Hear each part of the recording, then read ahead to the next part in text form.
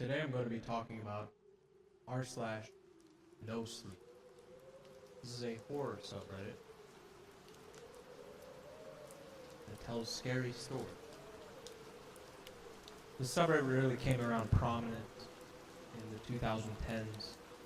I recall many YouTubers pulling stories from r slash nosleep, narrating them, along with the common royalty-free horror music that is so trendy. And I've always thought the stories here were rather subpar. And this is for a multitude of different reasons. The primary one is I noticed a pattern among r slash no sleep stories, and that pattern being how common it is for the story to be told from a female perspective. Now, that's not a problem in of itself, but oftentimes in horror stories, particularly these horror stories, the status of the woman compared to my own results in a difference between the reality of the horror of the situation, if it were a real story, and the horror I would experience if I were in that situation, being a 6-foot man. As a man, it's harder to be scared by the same things that perhaps a 5'3" woman would be. I'm not scared of strangers walking down the street. I mean, maybe if I was in a particularly crime-ridden area, then I would be, but I'm not.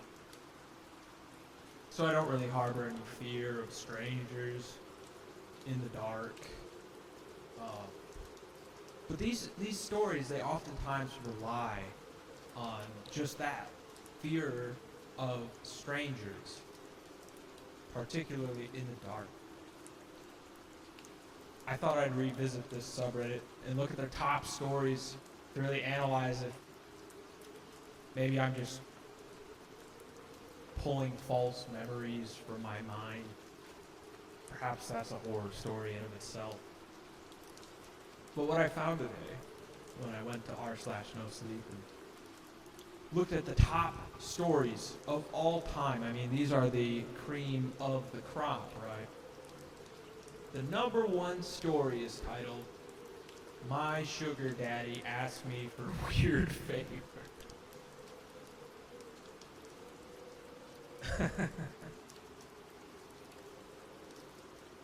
So let's read it. His Tinder profile said he was 45, but he looked to be in his early 30s at most. So the story starts on Tinder. And this girl, POV, you're this girl, and you're swiping, and you see a guy that claims to be 45, but he looks a little young. He looks a little young for 45. He might be a tad bit sexy, maybe, The story goes on. His bio said, "Looking for a sugar baby, 700 weekly, no sex." It sounded too good to be true, but as a broke university student, I was willing to take my chances. I swiped right, and Tinder let me know it was a match. His message came seconds later. "Hey, sweetheart," smiley face. I cringed at that word. I hated it. But $700 was $700. So I sucked it up and replied, "Hey," winky face. This shit's fucking evil already. This is not the same kind of horror, even remotely. I mean, we're not even talking about genre at this point. We're talking about the source of horror. And personally, right now, I'm more scared of the girl, the protagonist, if you will, than this sugar daddy guy. I mean, just in the first few sentences, we can see a wide age gap. This girl is a university girl. This guy is like 45. And for some reason, the bio saying, looking for a sugar baby, 700 weekly, no sex, sounds too good to be true? Is this what's going on in the minds of women? I sure hope not, because that is much more horrifying than anything else. That's a much more horrifying thought than anything else that has taken place in this story so far.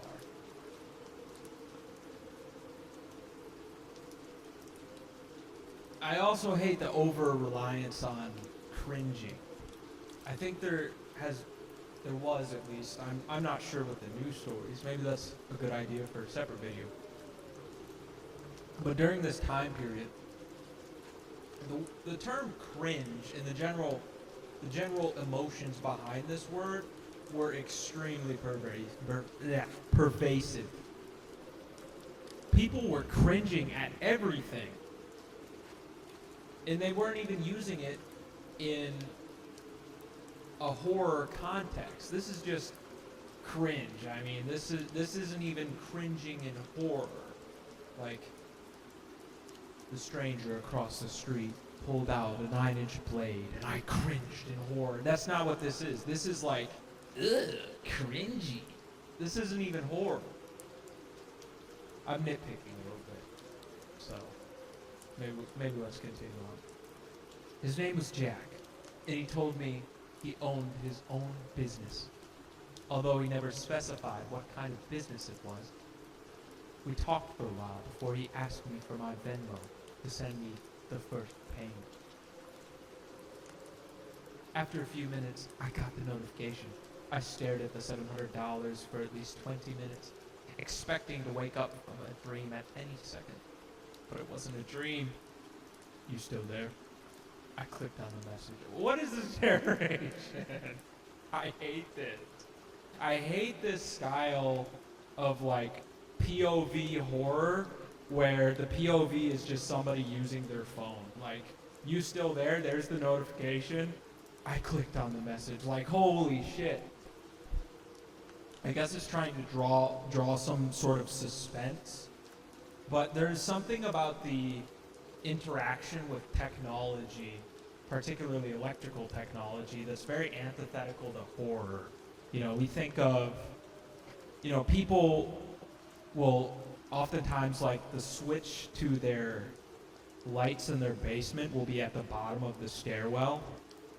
And just by turning off that switch of the light, oftentimes people get scared, so they'll run up the steps. I think there's something special about electricity that kind of negates the ethos of horror, you know. You might wake up deep at the night and be a little scared, see things in the shadows, but as soon as you turn the lights on, I mean, it's all gone. It's all proven to be a facade. So in general, I think there's something antithetical about this strange POV where it's just somebody looking on their phone talking to some weirdo on Tinder. Anyway. Yeah, sorry if you don't mind me asking. What are you looking for in return? I stared at the chat until you replied. I'm just looking for you to do a few favors for me. Smiley. That sounded like it was going to be sexual to me. So you can tell the intentionality when this was written by the inclusion of emojis, because in this context, the smiley is supposed to be a sort of implement of horror, a twist, a regular statement with a horrible twist at the end. That's what this sentence is. But the reality is that when we all use our phones and we're trying to be flirtatious, you know, we use emojis, you know, even when we're not being flirtatious, when we're trying to be funny, really when we're trying to emphasize any sort of emotion, we're using emojis. Even, I believe, prior in the story, the girl had used an emoji. Yeah, she used the winky face emoji. So, I don't know. Not a very good implementation of a horrifying twist when our protagonist is using the same tactics. Like, was this a horrifying twist? Hey, it's all wrapped up in the identity of the characters. Had this not been a 45-year-old man, then this wouldn't be creepy at all.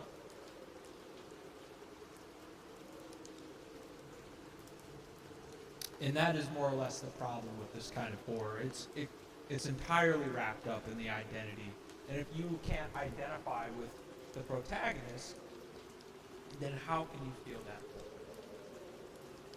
Let's carry on. Like what? For example, the first thing I need you to do is pick up a delivery for me. That sounded instant enough, but I was still expecting to be some kind of twist. $700 to pick up a package? Come on. Even I wasn't that naive.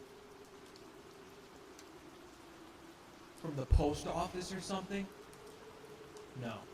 I'll send you the address. But I'd rather not do this through Tinder. You got Kick? Or you can give me your phone number. This is like the most obvious twist ever. Like, oh, romantic encounter. But the guy doesn't want me to do romantic things. He wants weird favors that aren't sexual at all.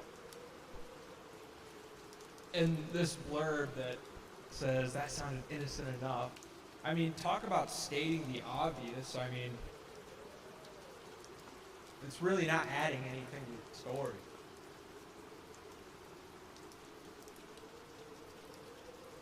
Anyways. Kick, what was this, 2011? I decided to give him my number instead. And he texted me the address immediately, followed by the address to his house, where I would have to drop off the package. I'm not home right now, but there's a key on the bottom of the blue flower pot near the door. Go inside and put the package on the coffee table in the living room. Make sure that you lock the door when you go inside the house, and then lock it again when you leave. I grabbed my cards, wallet, and got into my car, putting the address into Google Maps. Got it! OMW! That's horrible. That's horrible. This is a horrible. Why would you, like, why, out of all the things you could, all the words you could use, carry the story forward, would you use the literal text response? Got it, on my way. You know, why wouldn't you instead narrate, you know, your preceding actions? It's just like, I don't know, it's this whole style of horror is really, really built around POV. Like, it's like first-person horror. And this, I don't know, maybe I'm jumping the gun, but it's not working. It's not working. I don't know, maybe the scary part comes later. The true horror. Let's carry on. My phone buzzed as I backed out of my driveway. I'm serious. Lock the door both times. Please. I thought it was a little excessive, but I promised him that I would. The house looked abandoned. It had a broken chain link fence around it, with a small door that was hanging onto dear life. It sucked out like a sore thumb, surrounded by houses that were a lot nicer than this one in comparison. You here for jack shit? This is just corny. This is corny. They chose the name Jack to reference jack shit, as in like the phrase. But it just shouts that this is a fake story. Jack's shit. Anyway, I looked up to see a man standing in the open doorway of the house. He took up almost the entire space, his head skinning the top of the door frame. He was huge in height and muscle, and his entire torso was covered in tattoos. Yeah, I guess, I replied, not moving from my spot on the sidewalk. Stay right there, he said. I did. I actually don't think I would have moved if he'd asked me to. I looked around and realized that there was no one else on the street. I was a 21-year-old woman alone in the street. I gripped my car keys. See, here we go again. Back to it's referencing the POV once again. The POV, the perspective, is the most important thing in this story. If you can't put yourself in the shoes of a 21-year-old woman alone in the street, this story ain't for you. Sorry, bucko. Let's carry on. A few minutes later, the man came out carrying a cardboard box. It was the size of a shoebox, stained and damp on some of the corner. Can you open your car?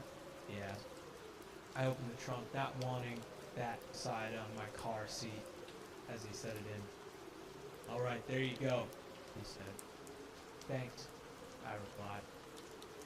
I walked around to the driver's side of the car and opened the door.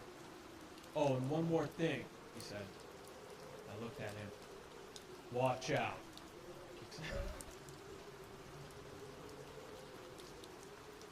This is stupid. Watch out. I didn't reply. I blasted my knee. Like, this is just, I'm sorry, this is just unrealistic. If you're trying to, like, the whole point of this story is to put you in the shoes of a 21-year-old woman alone in the street.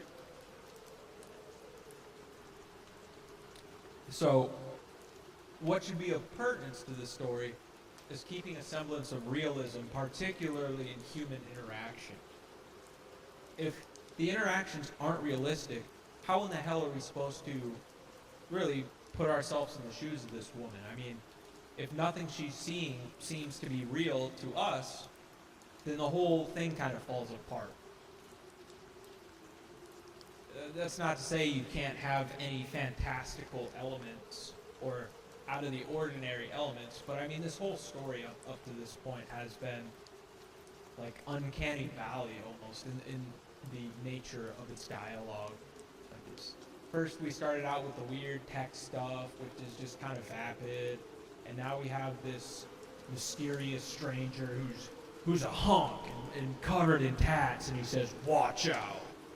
I mean, have you ever met a hunk like that just says like short phrases that are unclear but imply danger? Watch out. This shit's not realistic. It's not realistic in this point. But I digress, and we will carry on. I didn't reply. I blasted my music as I drove to Jack's house, hoping it would drown out my anxiety. It didn't. I parked my car in the stone driveway and stayed inside the car, admiring the house. It was a huge house, with stone pillars on the front porch, in the greenest grass I'd ever seen in my life. I turned the car off and got out. I grabbed the package and walked to the front door, getting the key from where he said it would be. I opened the door and stepped in, closing it behind me. I thought about what he had said about locking the door when I got inside. I thought it was a little overboard, but as I stared at the closed door, something made me reach out and lock it. I walked inside, my feet cushioned by the thick maroon carpet, and admired the inside of the house. All the furniture was wooden and looked incredibly expensive. I would probably finish school a dozen times with the money that it took to furnish this place. I set the package down on the coffee table, and as I walked back to the door, I heard a phone ringing from somewhere inside the house. Froze. In my pocket, my phone buzzed. I took it out to look. Now this part of the story, I do enjoy the descriptors here, talking about the stone pillars on the front porch and the greenest grass I'd ever seen in my life. That's quite nice. Quite nice. I would prefer that over, the more vapid elements that have been present in the story thus far. I will say, though, the greenest grass you've ever seen in your life, that's not very descriptive. It once again relies on the perspective of the character, which is entirely subjective to the perspective of the reader. So it doesn't really describe anything in a literal sense as much as it describes what you perceive as the greenest grass. A better way of going about this is maybe describing the stripes that a good mowing would leave in the grass. You could come up with some kind of comparison, comparing the greenness of one thing to the greenness of the lawn. There are much better ways than just saying green-esque. Green-esque doesn't mean anything, because this story is in black and white, it's in text. There's no colors in this story, no real colors. We have to use our words to describe the colors, and saying greenest doesn't really mean anything. Anyway, don't answer any calls that aren't from Marvin. I put my phone back and followed the sound of the phone, poking my head into a few different rooms before I found it in an office. I walked over to the desk and looked at the caller ID. Incoming call from Jack. That was odd. I grabbed my phone to look at the message again. I was starting to get a little bit creeped out and decided I wouldn't answer, just to be safe. I left the house, and to lock the door as I left. I've done a few more favors for Jack since then. I drove a BMW to a random park in another city, only to get out and drive a different car back to Jack's house. He had me meet one of his employees at lunch, who then gave me a briefcase to deliver to the first house I had gone to, and told me he would know if I looked inside. On several occasions, he asked me to drive down to that same house and stay with the guy, whose name is Julio, for a certain amount of time. In total, I've made around $3,500. Most recently, Jack asked me to stay in his house overnight. I woke up to a text message from him. I need you to spend the night at my house. I had never seen him in person, but I had talked to him on the phone a few times. He proceeded to tell me he would pay me $1,000 to spend the night at his house, provided that I followed a few rules. Drove to his house that evening. The driveway was empty, and it normally was, but the porch light was on. I walked up, unlocked the door, went inside, and then locked it again. Everything in the house looked the same. Jack had told me over the phone that he would leave a list of rules on the dining room table. I set all my stuff down in the living room. My bags looked like garage compared to the fancy furniture in there.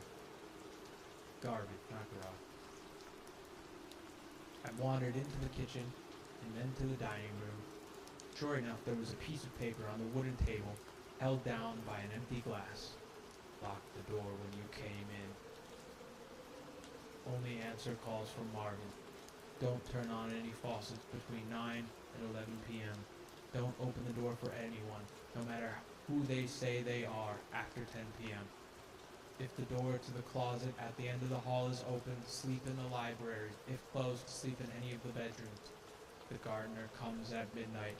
If he starts knocking on the windows, hide. Turn the TV on and let it play on static through the night. Do not forget to do this. Help yourself to anything in the fridge, Smiley. I'll pay you in the morning. Good night. I made sure to follow all the rules. To be honest, I was regretting my decision, but seeing as I was already here and I was already getting paid, I decided to stay anyway. I figured as long as I follow all the rules, I'd be perfectly fine. Still, it felt a little odd. What was this? Haunted house? Nevertheless, I lounged around the house for a few hours, as I was planning on going to sleep around 9, since that's the time that all the weird shit would begin to happen. 8:50, I brushed my teeth using the faucet for the last time before 9. I checked the closet in the hallway. Upon seeing that it was open, moved my stuff into the library and got ready to sleep on the couch. I locked two doors just in case. typo. That wasn't a misread. That's a typo. And laid it on the couch, scrolling through my phone. I hadn't gotten any more messages from Jack, and I started to think up scenarios and reasons as to why he had such strict, peculiar sets of rules in his house. I had dozed off at some point because exactly at 10:16 p.m. I was woken by the doorbell ringing. I was about to get up to check, but then I remembered the rule. Don't open the door for anyone, no matter who they say they are, after 10 p.m. I stayed on the couch, trying not to move, paranoid that they would hear even the slightest sound. It's the police! Open up! I didn't move. Hello? It's the police! Open up, or we're coming in! I still didn't move, but I could hear my heartbeat in my ears. It was silence for a while after that. Then the doorbell rang again. Hey, it's Jack. Let me in. It sounded like Jack, but still, I didn't get up. He would have a key, wouldn't he? Why would he need me to let him in? This continued for almost a full hour. Different people would ring the doorbell, announce themselves, and then disappear when I didn't respond. I was finally able to sleep, and the gardener never came. When I woke up the next morning, I had heard someone in the kitchen. I got up slowly and locked the door as quietly as possible, taking my phone with me and walking across the living room and into the kitchen. I stopped at the entrance and peered in. It was Jack. He was standing in front of the stove, stirring something as the coffee machine brewed coffee on the counter behind him. Hey, good morning, he said when he saw me. Hi, I replied, nervous. I hadn't seen him in person before, but he looked exactly like his pictures online. Scrambled eggs? He asked, motioning the pan with a wooden spoon.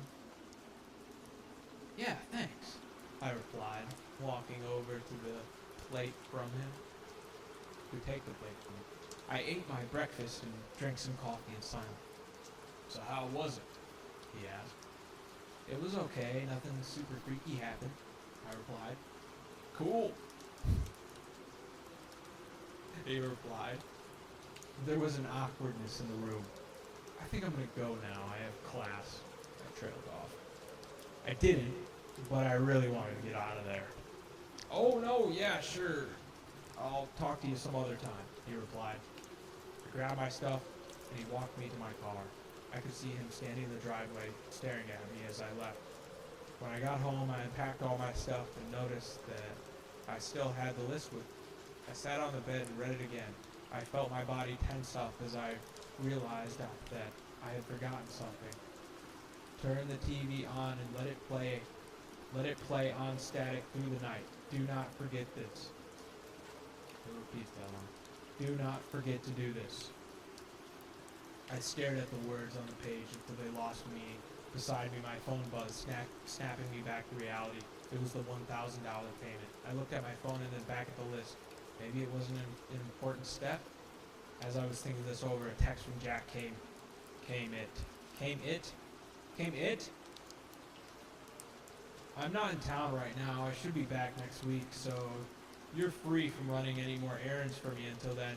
Just sent the payment. Go do something fun. I stared at the message and read it again and again, and once more for good measure. I'm not in town right now. I thought back to this morning, how Jack was in his house, how he gave me breakfast. I'm not in town right now. Within minutes, a new text came in this time from a number I didn't recognize. Did you forget something? The text was followed by a picture of Jack, or whatever this version of Jack was, standing in front of the TV. I didn't respond. Next came another picture. This one was outside of my house. It was followed by another text. Watch out. So this story's stupid. This story's really stupid. The punchline here, repeating the word watch out, not the worst. But the situation is so absurd in of itself. This would never happen. This would never ever happen. The second a girl goes over to stay at somebody's house and they see some weird ass list like this, talking about turning on the TV and let it play static throughout the night, do not forget to do this. This is absurd. It's absurd. And the souls of the horror really relies on you getting immersed into the role that is this stupid 21-year-old college girl. The problem with relying on that is how ridiculous the dialogue is, for one. The vapid text sections. The dialogue is just horrible in this. It's unrealistic. I mean, it's kind of realistic, but in a very vapid way. You know, people do say things. People do talk like the way that, like, hey, good morning, hi.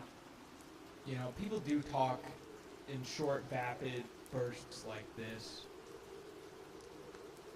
But do you really want to read about that? Is this really what you want to read? Isn't it a common thing for people to not like small talk?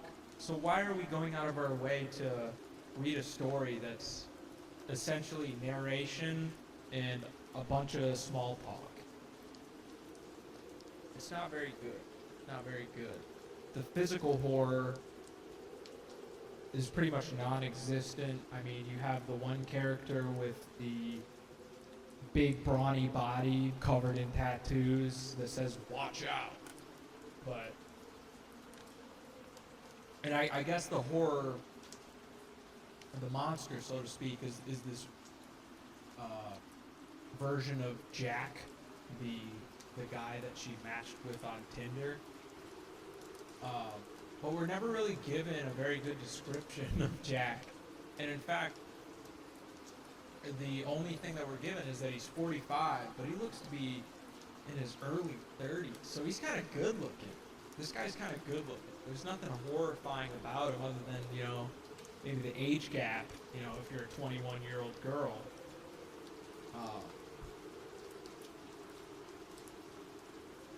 I don't know, this is like, maybe if I was like a 14-year-old girl, you know, this would really shake me up. But as a 25-year-old, 6-foot man, this is not it. This is trash horror. This is slop. This is slop. And even I spotted two typos. I do misspeak a lot because I'm retarded. But you know, in such a short story like this, how are you going to have typos? As I was thinking this over, a text from Jack came it. I mean, come on, dude. This is the #1 story on r/nosleep. And it's got typos. It's like a 10-minute reading time. No good. In other news, my wife has been peeking at me from around corners and behind furniture. It's gone from weird to terrifying. I think I've actually heard this story. But I think this story in of itself is really just a rehash of a general trope in horror. I think there are a lot of these kinds of stories about couples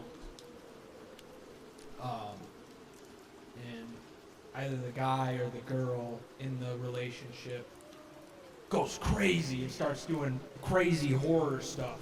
Just like The Grudge, you know, or something like that. So this is kind of, this one looks way more fleshed out, but it's nothing really novel. And I think that's one of the greatest critiques of r/nosleep. It is not a very novel place for horror. There's not really a lot of new things being done. There's nobody pushing boundaries. In fact, most of the horror on here tends to fall into the Just tropes in general. Something walked whistling past my house every night at 3:03. Holy shit, dude. Something whistling?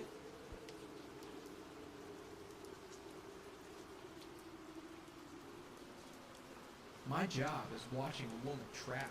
Really. Dude.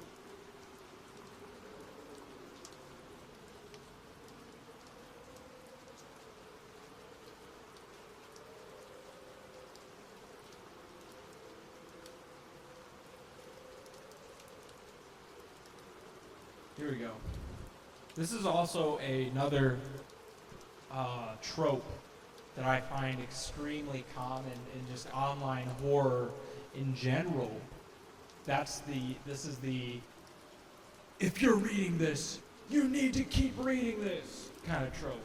Like the importance. This is important. It's real and important. This is very much a trope online. Because of the nature of forums, where sometimes stuff that is important gets posted to an online forum. Not like life or death important, but maybe you have an issue with your vehicle and you put a post on a mechanic subreddit, and it's kind of important, and maybe somebody helps to solve it for you, and then somebody makes a post detailing, the solution to the problem, such that people in the future might find it for themselves and just be able to fix their problem based on that post. That's usually what important posts on the internet look like. But horror kind of takes this the importance, the necessity of the post, and tries to implement horror into it. So a lot of times you'll see these stories that do this thing where in the title itself they will express how important it is to read this. This is necessary information. And I would say this trope is nearly as just, I don't think it ruins the horror nearly as much as the female, the it's not even female protagonist, it's like young, fragile, feeble woman protagonist trope. I don't think it's nearly as bad as that, but it is probably just as common. So let's read. This is Colonel Jacob Wayne, the United States Air Force. If you're reading this right now, it is very important that you keep reading until the end. It should take 3 to 5 minutes, and it is extremely important that you read carefully and follow the instructions provided. Humor me if you must, but please don't look away until you finish reading. Oh, and please try and stay calm. Any increase in your stress levels will draw their attention. Okay, so first of all, I hate when people start sentences with "oh." This is stupid as fuck. I'm sorry. This destroys any sort of immersion that I have. It's just a very it's very obtuse in so much as it I don't know. There's no reason to type "oh." It's a manner of speech when we remember something. It's just kind of linked to that remembering process. So when we're actually talking, if I can't name something, I'll go, "Oh, it's this thing." But to actually type it down, when we're transcribing words onto a post on the internet, we don't have to write down "oh." We don't type "oh" when we remember something. We say "oh." You could have started this sentence with "please." Please try. Wait. Yeah, I don't know. This guy's English is just not too... It's not the spelling itself. There's no errors in the spelling itself, it seems. Actually, yes, there is, because this T is capitalized for some reason. Is there a name?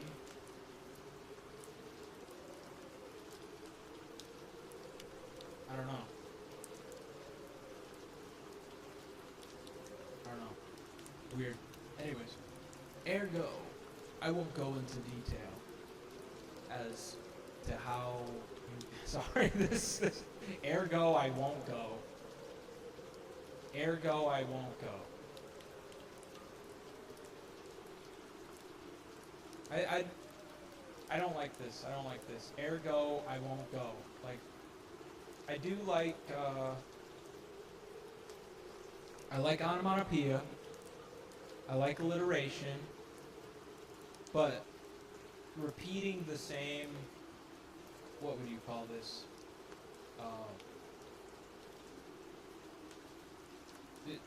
I would just delete go into, and this sentence would be ergo I won't detail as to how. That would be so much better than ergo I won't go. That's horrible. I hate that. Anyways, ergo I won't go into detail as to how you got where you are. How you got here isn't as important as getting you out. Believe me when I say we are working on that right now. The best way to help yourself is to keep reading. Don't scan ahead. Don't read out loud, just read. Holy shit, I'm violating the horror by reading it out loud. I am violating the horror by reading it out loud.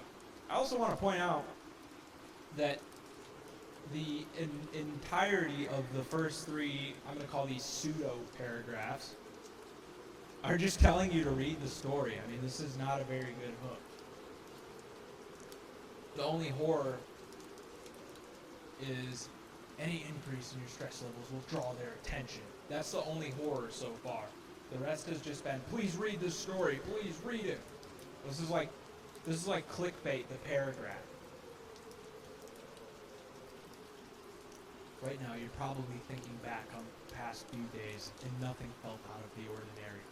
You went about your regular daily activities with nothing unusual to report. That's because, capital T, they are very good. So good.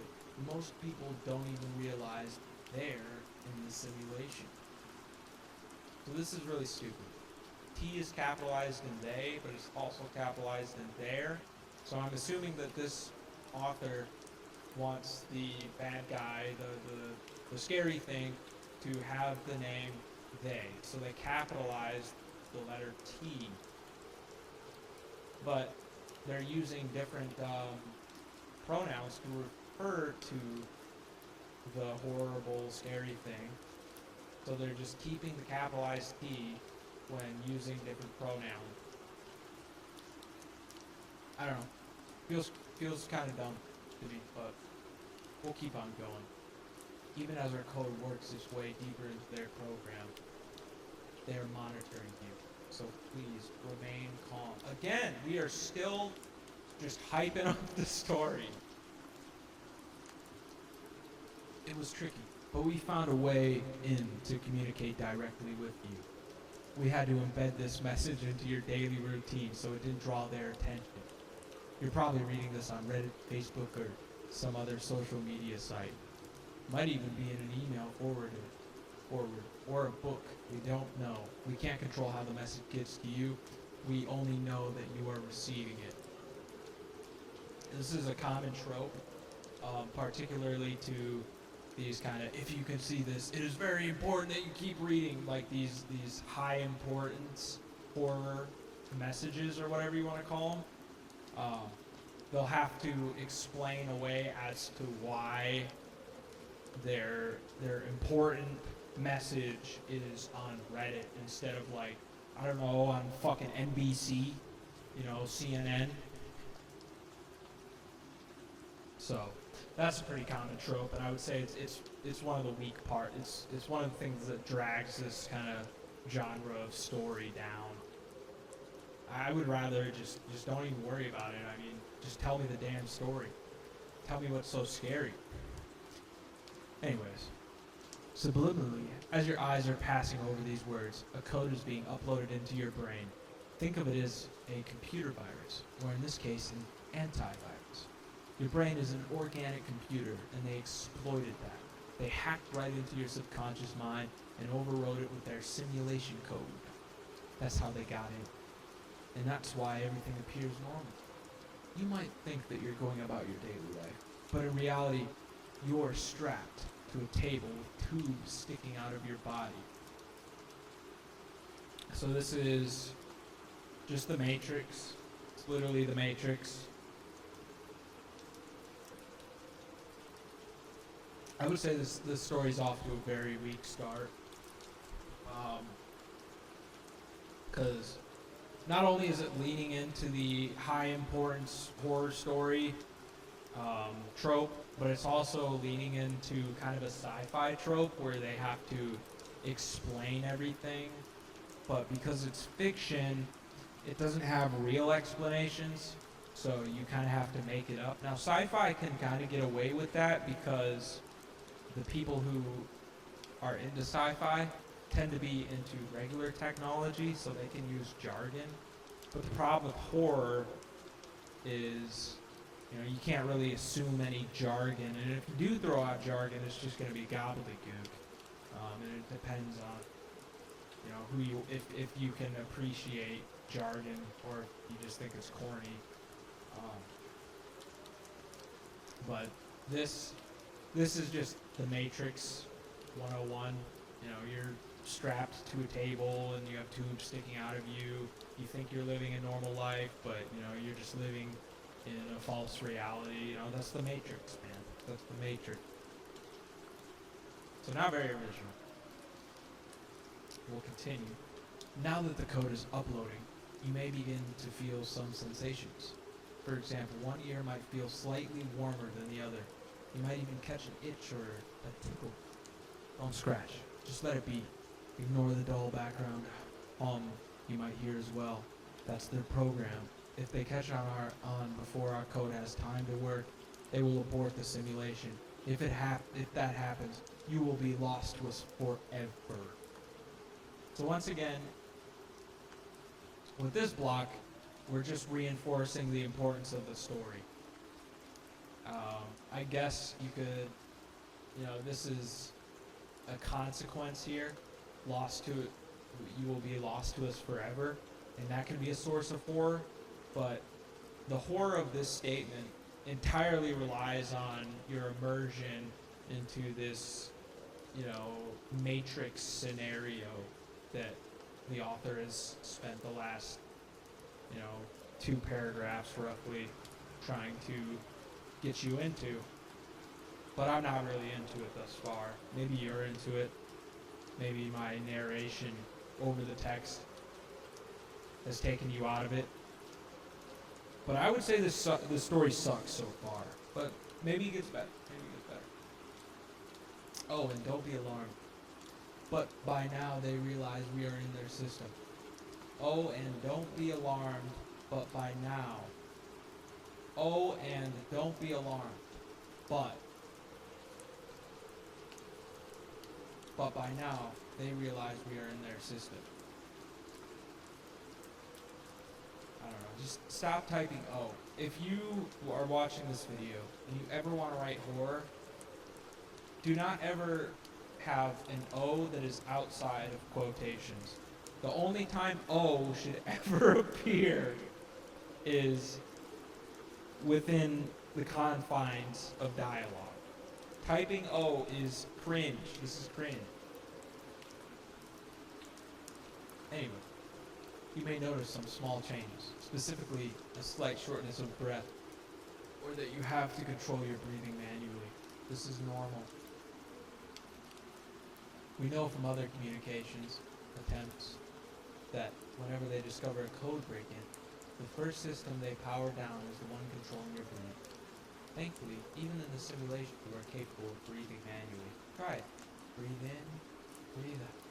Inhale, exhale. Now I will say this is a decent horror mechanism to compel the reader to do something with their body while still reading. If you can compel your reader to kind of steady their breath, I think that can actually be pretty powerful, because at that point what you're reading isn't necessarily just in your head. It's also enacting itself on your muscles. Now, the problem, I would say, with this implementation of it is literally just coming out and telling your reader to breathe. I don't think that's a good way of doing this. I think a better way of doing this is to kind of hide it in some dialogue where it doesn't necessarily point out the reader and order them to breathe. I think more better than that would be to have a sentence like this: breathe in, breathe out. Because oftentimes when we read these kinds of words and we can simply do the thing that we are reading, we often will, particularly if we are immersed in it. But I'm not very immersed, so I don't think I'm going to do the breathing exercise. Awesome. You're doing just fine. They've probably figured out there's a glitch, but if our code is working, we've disabled their ability to do a hard reboot. Because of this, they will try other methods to disrupt the upload. It is very important that you ignore anything that might draw your attention from these words. If they pull you away before the upload is complete, it will delete our code. Block them out. Ignore the movements you see in your peripheral vision. Those sounds you hear, the voices, they aren't family, friends, or co-workers in need of attention. They may even try to use your pets. They know your weaknesses. Overlook the notifications popping up on your screens if you're on a phone or computer. Block them all out until you finish reading. It's just another way they'll try to break our communication link. Evidently, if our code is working, the next thing you'll notice is an overwhelming urge to swallow. You don't realize it, but there's a feeding tube down your throat. You'll only know it's there because your tongue won't rest comfortably in your mouth. You might also become hyper-aware of the amount of saliva being produced. Don't overreact. If you have to swallow, just swallow. It's only weird if you make it weird. So, if you're still reading this, the code upload is about 90% complete. We've locked onto your location. You're doing great, but you're really going to need to focus now. Once the upload is complete, there will be instructions you will need to follow to exit the simulation. That is, if you follow the instructions and haven't looked away. Complicating matters is the fact that they now know we're here, and they know what we're doing. Their attempts to divert your attention through the simulation proved unsuccessful, so now they're going to use your body systems against you. They are in your brain. They want you to blink. Don't blink. Your life depends on keeping your eyes open. Almost there. Just a few paragraphs more until the code upload is complete. Don't scan down or up. Just keep reading. I got you this far. Stay with me. Eyes open, eyes front. Keep them locked on the screen. Please focus. I don't want to lose you. I've lost so many already. Ignoring it all. Block everything out. Ignore that tickle on your scalp and the itch on your arm. That's them. Attempting a manual override. Don't give up now. You've made it this far. Fight it. You're almost there. Just follow the instructions below and we can help get you out. Embedded in this text are the steps you need to follow to unplug from the simulation. If we did this correctly, the first letter of each paragraph will tell you what you need to do. Don't look yet. The upload still needs to finish. I hope you didn't look. Upload complete. We've done everything we can on this end. See you on the other side. This story sucks. It's literally just, this story just demands you read it over and over again. That's the content of this story. It's Matrix plus, please read more, read. But let's see what the hidden message is. THERE, there, ISNO, there is no way. There is no way to escape you. There is no way to escape us. Oh shit, the twist is you didn't escape. Holy fuck. Yeah, this story sucks. That shit wasn't scary at all. That shit was not scary at all.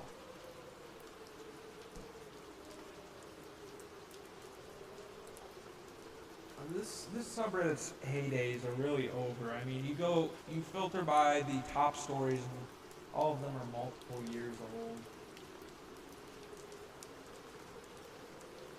I don't know. Let's read a recent story, perhaps.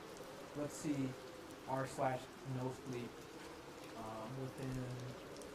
Let's see what's been written this year.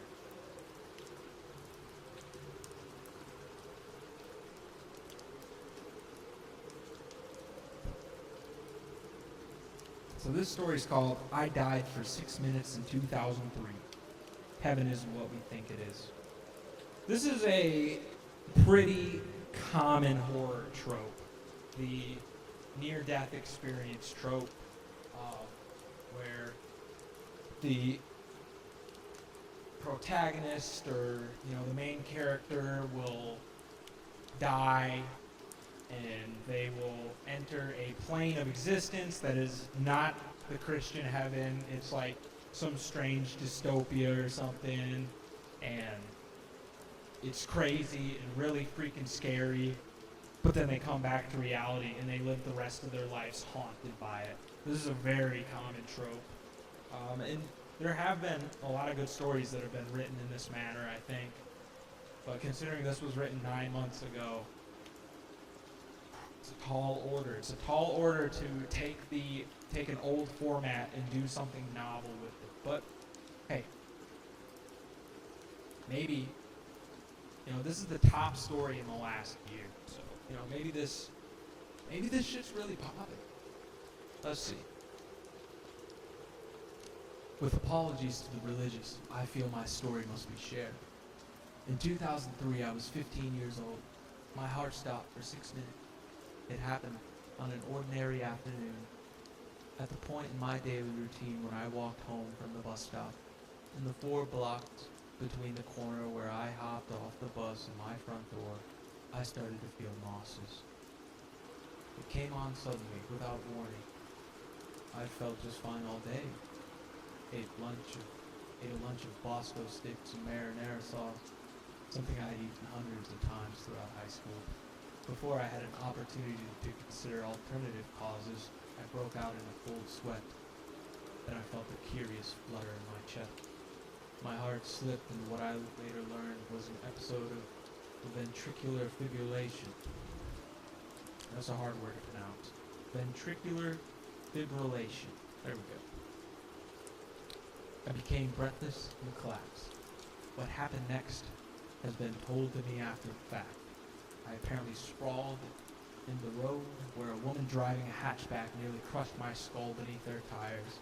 Instead, she screeched to a halt, tried to ruse me, then dialed emergency service when she failed to do so. EMS arrived to discover my heart had stopped beating. I was dead, technically. They transported my body to the hospital and somewhere along the way managed to shock my ticker back to life. Thus began a harrowing weeks-long journey through the American healthcare system that led to an ablation, pacemaker, and mountains of debt that my family is still dealing with. But my heart's all right. And thank fuck it is. Because what I learned that day has taught me never to thank God for anything. This is really cringe. I hate when people... It's okay to use cuss words, I think, in dialogue, but in narration, it's really cringe. It's really cringe. And this kind of relates back to the POV horror thing, because the POV of this one, and this goes for the last one we just read too, about the kind of Matrix kind of scenario. This one is trying to convince you of the authenticity of the person writing the story by utilizing common vernacular like fuck. But the problem is who types fuck? Maybe in the group chat with the boys, You might type a little foobar, but there's no reason to have it in a horror story. Not in the narration. I mean, what does this add? It's just a plea to convince you of its emotional authenticity, but it's very vapid. It's very vapid. But overall, I would say the story's off to a decent start. It's quite descriptive in a situation that happens. I will say that revealing that his heart stopped before. Yeah, revealing that his heart had stopped before he had actually told the anecdote of his heart stopping is really stupid. It should have. The story really should have just started in 2003, walking to the bus, and then he has this, heart attack, or sorry, ventricular fibrillation happen. Way to just ruin your reveal that your heart stopped. But it's honestly not off to a bad start. This could be an alright story. Let's see where it goes. Because for those 6 minutes, as my lifeless body traveled across the city, accompanied by 2 paramedics working tirelessly to revive me, my soul transcended our world to visit the hereafter. During my visit, I learned things about our universe that I wish I hadn't. Perhaps in sharing my story, I might help our species prepare for what comes after we expire. It began with light, blinding, white, pervasive. It bathed me, calmed me. It was everything they tell you about beatific. Is that a real word? Is that a real word? Beatific. All right, that's a plus one. That's a plus one. It had a word I had never read before. Beatific. The stuff of spiritual experiences. I had the distinct feeling of ascent, like the light was lifting me skyward. I passed through several sets of gates, which my dizzy consciousness hardly registered. Upon reflection, I don't believe they were physical in any sense, and yet I recall the feeling of admittance, as if they might have prevented me from rising had they remained closed. In any event, I arrived in a place without dimension, a place beyond reality. It only made sense while I occupied it. I don't believe a corporeal being can make sense of the astral plane. It's something about its intangible existence defies translation. So what I came away with were more impressions than images. I was not alone. Several life forces enclosed me upon my arrival. At first, because of my Christian upbringing, I believed them to be angels. In my incorporeal form, I made the spiritually equivalent gesture of opening my arms, anticipating their embrace. Instead, I felt myself shackled by their powers, like a collared dog.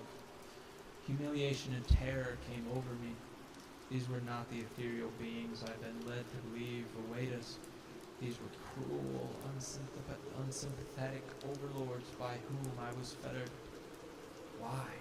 I thought, my soul wailing like a petulant child. Something like laughter returned, but it was cold, mocking. Thoughts floated into my conscience like birds, winging in and out of sight. They delivered some horrifying truths about existence that I'll do my best to relay with you now. Our universe, like many others running parallel to it, contains a pittance of the total energy in existence. It is a farm used to produce souls which only arise in the precise conditions found in our cosmos. When you hear scientists talk about the improbability of existence of our Goldilocks universe, it's because they don't actually come into being spontaneously. They're designed, and the hands that craft them are not benevolent gods, but rapacious beings with little care for the creatures they create. Our ultimate purpose, I learned in the custody of the spirits that shackle me, was to ripen until we are ready to serve them on their higher plane.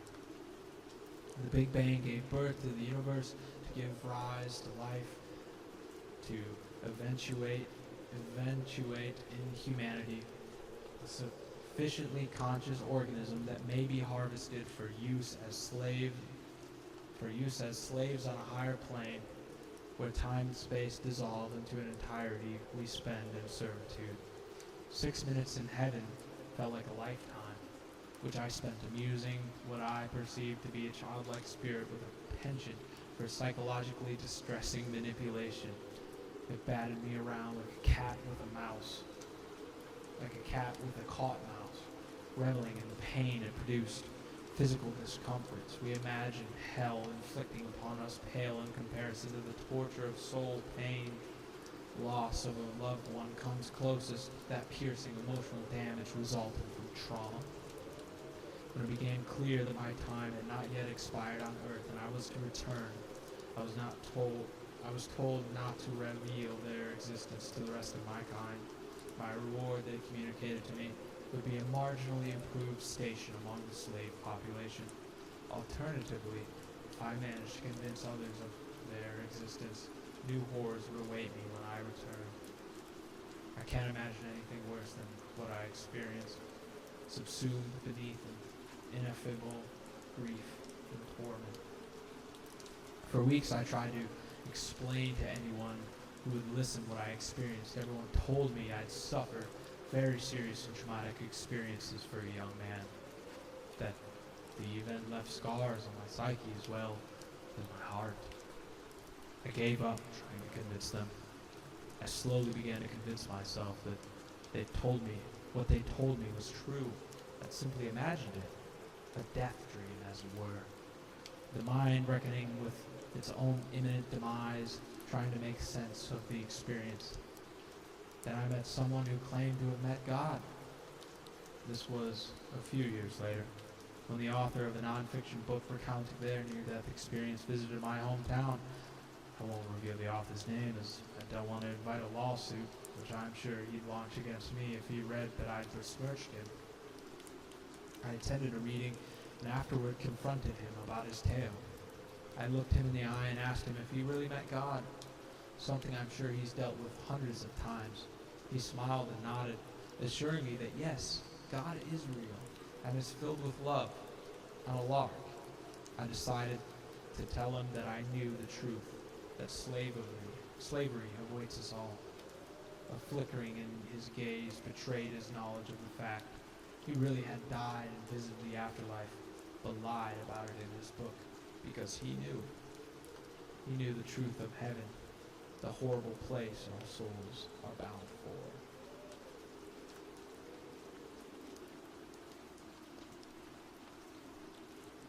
And then there's just a link to a different subreddit at the end. Oh, this story wasn't bad. The story was not bad, but I will say it kind of leans into a little bit of a sci-fi explanation trope, where it talks about scientists and the Big Bang and how it's all a big deception.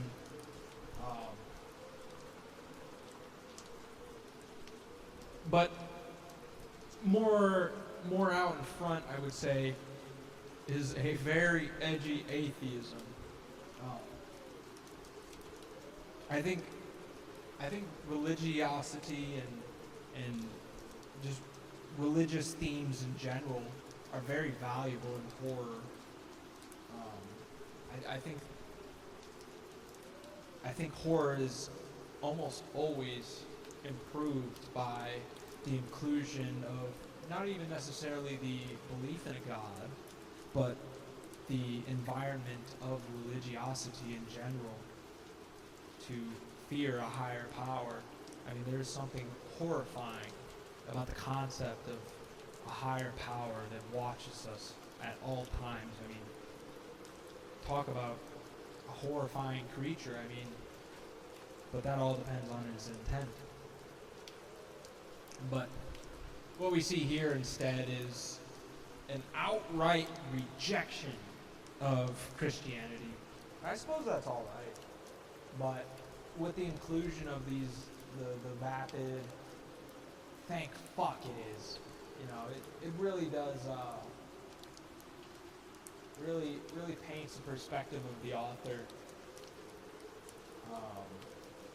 But I will say the details about the different things he experienced in this pseudo afterlife are quite nice. This author did a very nice job at not necessarily just telling the reader what it is that he saw, but kind of showing it, describing it. So I would give this story a 6 out of 10. It falls into a few tropes that are a little bit dumb, but it's not the worst story. Overall, I think r/nosleep is pretty mid-horror. You can find a couple good stories on here just by the virtue of how many freaking stories are uploaded to this subreddit. But, I mean, there's certainly AI slop on here. There's certainly uninspired authors just rehashing tropes. And overall, you have a platform here which obviously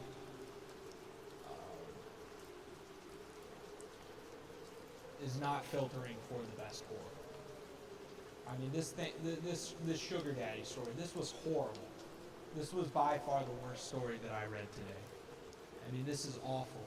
And it has 73,000 upvotes. 73,000 read this story and said, that's a pretty good story. I don't know. That bothers me. That really does bother me.